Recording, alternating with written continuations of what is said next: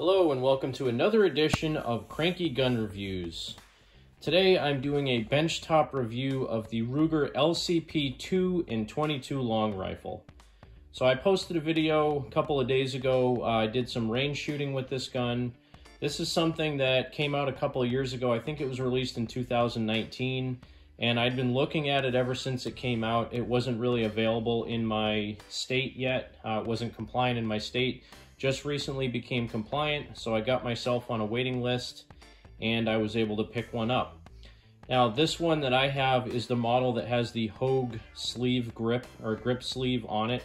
It's a little bit more expensive than the standard model. I think MSRP is about $20 more than the standard model, and I pretty much paid MSRP on this because they're not really that available yet.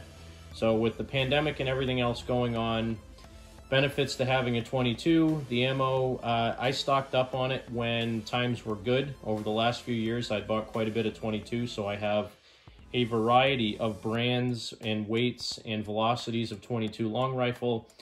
It's still inexpensive to shoot, still the cheapest ammo that's out there. And again, this is a tiny little pistol.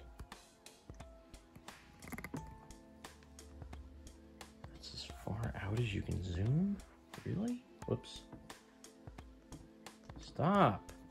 Alright, so my video last night got messed up because I had the wrong camera angle when I was trying to do all of the what's in the box and all the other discussions. So I'm going to do this again. So what you get in the box with the Ruger LCP II in .22 obviously is the firearm. And this particular model, this is the one that has the Hogue sleeve on the grip.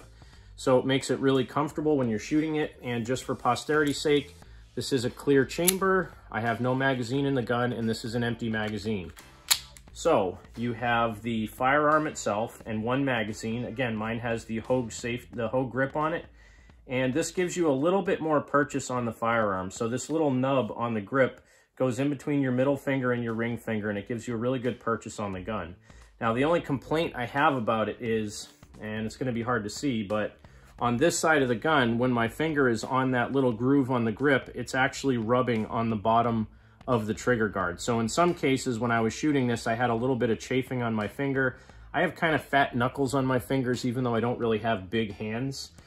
So that was one thing that I noticed was a little bit annoying, but I think overall, the size of the grip on there and the squishiness of it really help you get a good purchase on that gun. So I'm not really complaining about it. This model is about $20 or $30 more expensive, which is kind of ridiculous because I think these grip sleeves are only about 12 bucks. So if you want to get one, buy the model that doesn't have the grip sleeve and then buy the grip sleeve separately. But this is the only model that was available in the shop where I purchased it from, so that's what I got. So in addition to that, in the box, you're going to have one 10-round magazine, which for a gun this small to have a 10-round magazine is great. The way that Ruger was able to do that was they don't have that little loading lever on the side of the magazine to help you pull the follower down and put the rounds in. And because they don't have that, loading the rounds is pretty annoying without a speed loader. But they also give you a speed loader. And this one works very well for what you're doing. You basically insert this over the magazine, you push down on the speed loader, slide a round in there, lift up the speed loader, push the round back, push down again, put another round in, lift it up, push the round back, push down, put a round in, lift it up, push the round back, and it works really well. I would say this is almost a must with these little magazines, so that's why Ruger gives it to you. It sure makes loading a heck of a lot easier, and I don't like loading these magazines without it. So thank you, Ruger, for putting that in there.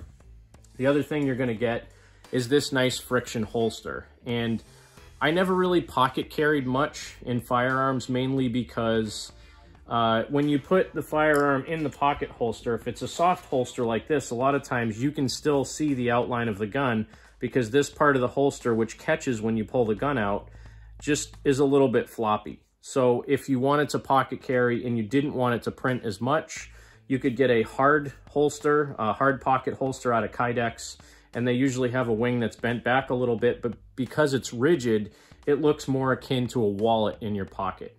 And I don't wear big baggy jeans all the time. I usually wear bootcut jeans. So for me, in the pockets that I have on my pants, this actually works out pretty well. It does show the shape of the gun a little bit, but it could be also mistaken for a wallet because of the shape of it. So it's good that they put it in there. It gives me the ability to try pocket carrying, and I will say, since I started shooting this gun, this is a backup that I've kept in my pocket every day since I took this thing to the range. I just like this gun that much. So, let me get into the good and the bad about the LCP II in 22. All right, so I'm going to talk about first the very few things that I don't particularly like about this gun, and there's very few. The size of the gun is very good. The only two features that I can say I don't particularly like, and one of them is a feature, and the other one is just the design of the gun. So the one thing I really don't like about this pistol, and Ruger's notorious for doing this, is a magazine safety or a magazine disconnect. And I completely understand why they do it. For new shooters and people that maybe aren't sure of themselves with a firearm, they have the magazine disconnect so that if you're handling the gun and you forget there's a round in the chamber, you can't pull the trigger and shoot it unless you have the magazine in the gun. Now again, it's more of an annoyance than anything else. The only reason I don't like that, and especially in this particular gun, is because 22 long rifles have, you know, kind of a reputation for not being the best quality production all the time. So in some occasions, you do have an instance where the gun itself will load a round into the chamber, you'll pull the trigger, and nothing will happen. So with rimfire ammunition, a lot of the time, you can take the round out, you can twist it in the chamber, put it back in, pull the trigger, and a lot of times it'll go off the second time around. This one, because it has the magazine disconnect, if I were to just drop a round in the chamber, close the slide, I'm not able to try firing that round again. I have to take a magazine, and I prefer, if I do this, to try an empty magazine, because what I'm trying to do is fire off a dud round and see if it'll actually fire. So I would, in that case, have to put in a magazine, pull the trigger, and see if that round fires. If it doesn't fire the second time, I'm just assuming that the round is a dud and I throw it out. So when I have a dud or a misfire, something like that, I like throwing one round in the chamber, taking the magazine out and pulling the trigger to see if the round fires, to see if it's a dud, just the way I do things. So that's a little bit of an annoyance to me, but it's an inconvenience in some cases, but it's a safety feature, and I understand why Ruger does that. So the next thing that I don't particularly like about this is where the safety is, and I know other people have talked about this as well, but it does have a safety mounted here on the back of the frame, and instead of the usual lever that you flip down and up, you actually have to push it forward to disengage it, which is actually a pretty natural motion. I will say that, because if you're used to flipping a safety down, your thumb is already moving in the direction to take the safety off. So just dragging my thumb on the safety turns it off anyway. Now, I will say it's very difficult and uncomfortable to re-engage the safety once you've disengaged it. Sometimes I end up using my offhand, my index finger, to put that safety back on. So a little bit of an inconvenience, but not a problem. So those are really the only two things that I don't particularly like about this firearm. Now let's get into the things that I do like. All right, so let's start talking about the things that I do like about this LCP II. Even if you don't have the Hogue grip on this thing, the stippling on the frame is pretty aggressive. I actually really like the stippling on the frame. It's comfortable to shoot, it has a good purchase on it, and because this thing is a 22, you don't have any recoil anyway. So I like the frame, I like the size of the gun. On the slide itself, on the back of the slide where you have the serrations to rack the slide, there's actually a little bit of a groove machined in here, so it stands proud of the rest of the frame, and it makes it very easy to grab that, and I can do it with just a couple of fingers and pull that thing back to rack the slide. So that's one thing that's really nice. I know they really made this out to be a gun. They call it a light rack so that it's easy to slide the slide and put a round in the chamber, and that really helps aid in that. The second thing is that it's a light rack. I mean, I can do this with any two fingers that I have, my pinky and my thumb, my first finger and my thumb, works very well to rack that slide. So it's insanely easy to operate this particular firearm, the slide, the spring, the serrations, and everything else. Next, I like the trigger that's on this. This is very similar to what you would have with most of the other Ruger, the EC9S, the LC9S, the SR9C. It has that little blade on the inside of the trigger. So that is what you would use for a trigger safety so that you couldn't pull the trigger unless that was engaged. So I really like the trigger on this. It has a good trigger pull. I don't have a trigger gauge, but I really like the weight of the trigger. So that's another thing that's good. Again, clear magazine. The magazines on these, when you release them, do have a very positive ejection. So pretty much any angle that you hold the gun, the magazines are going to come out when you push that mag release. Mag release is very soft, so it doesn't require much strength to do it. And that works out really well. Now, when it comes to the sights on this gun, the sights are rudimentary and minimalistic. So you can see they're machined into the top of the slide here at the back and here at the front. And they're very much akin to what you would have on a Ruger EC9S. You can see them better in this angle. So the front sight post is shorter than the rear sight, and sometimes when I fire a new gun, I tend to have an issue when I'm looking down the sights on it. This particular one, I basically put the front sight, the top of the front sight, about halfway up the rear sight, right in that notch, and I was hitting my target perfectly with the first 20 rounds. Like, no training required to make this thing function. Worked absolutely flawlessly, and the point of aim and point of impact were exactly what I expected out of it. So to me, the sights are plenty good. Going back to magazines, again, 10-round capacity in a little gun like this, I think, is ample. It would be nice to have a bigger magazine, but again, in the state I live in, 10-round mags are considered high capacity, so this is what I can get. But the nice thing is, you can get additional magazines. I was able to buy this two-pack of additional magazines. It was around $43, I think I found on eBay. Sometimes you can find single magazines for around $30 to $35 in a local shop if you find them.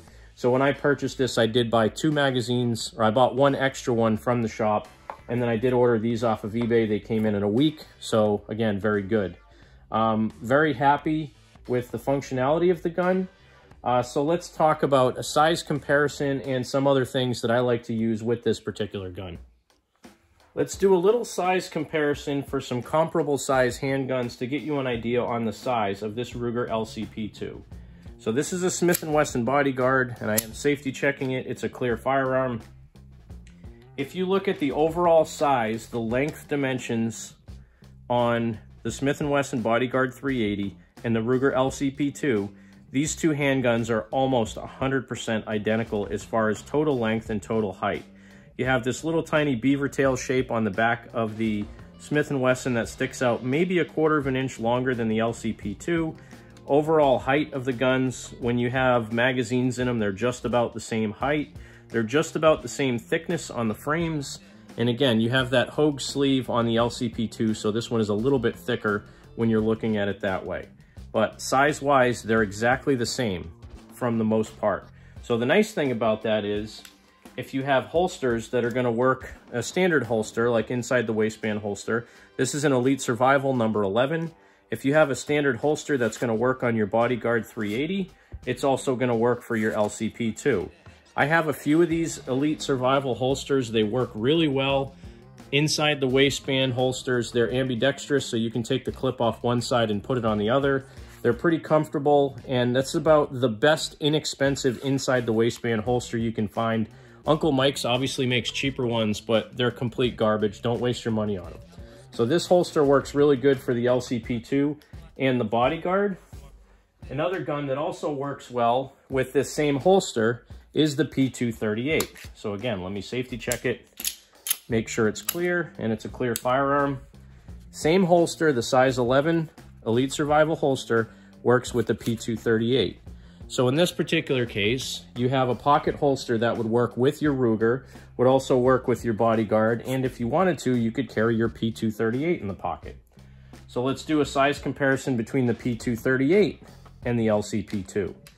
Now, the first thing you notice, the P238, obviously, like the Bodyguard, has this additional beaver tail on it. Again, this is more of a 1911 design gun. The frame, or the slide, is going to be a little bit thicker on the P238.